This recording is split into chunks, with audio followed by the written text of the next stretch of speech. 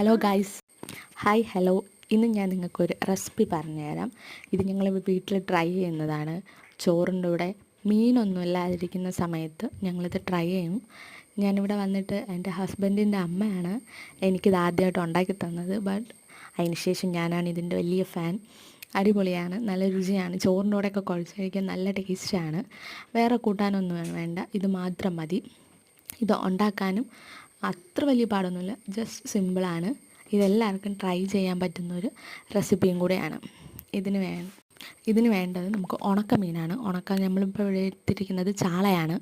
ചാള നല്ല ഉണക്ക, അതിനെ വെള്ളത്തിലിട്ടിട്ട് കുറച്ച് നേരം കുതിർത്ത് വെച്ച് അതിനെ എടുത്ത് നല്ലതുപോലെ കഴുകി ഒന്ന് വൃത്തിയാക്കി മാറ്റി വയ്ക്കാം. പിന്നെ നമ്മൾ എടുത്തിരിക്കുന്നത് മുളകാണ്. അതിന് ഞങ്ങൾ ഉടങ്കല്ലി മുളകെന്ന് പറയും ഇവിടെ, കാരണം നല്ല എരിയും നല്ല മണവുമാണ്. അത് നമുക്കിവിടെ ഇതുണ്ട്, അതുകൊണ്ട് നമ്മൾ ഇത് യൂസ് ചെയ്യുന്നു.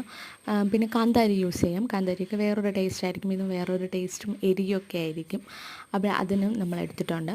എന്നിട്ട് ഒരു ബൗളിലേക്ക് കുറച്ച് മുളക് പൊടിയും മഞ്ഞൾപ്പൊടിയും കൂടി ഇട്ട് കുറച്ച് വെള്ളം കൂടെ ഒഴിച്ച് കലക്കി മിക്സാക്കി വെച്ച്, എന്നിട്ട് ഒരു ചീനിച്ചട്ടി അടുപ്പത്തിൽ വെച്ചിട്ട് എണ്ണ ഒഴിച്ച് അതൊന്ന് ചൂടാകുമ്പോഴത്തേക്കും കടുക് പൊട്ടിച്ച് കുറച്ച് ഉള്ളി അരിഞ്ഞതും അതിലിട്ടിട്ട് കുറച്ച് വഴറ്റണം. അത് ജസ്റ്റ് ഒന്ന് കളർ ചേഞ്ച് ആകുമ്പോഴത്തേക്കും നമ്മൾ അരിഞ്ഞ് വെച്ചിരിക്കുന്ന ഈ ഉടങ്കല്ലിയും കൂടെ അതിലേക്ക് ഇട്ട് കൊടുത്ത് അത് കുറച്ചൊന്ന് വേകണം.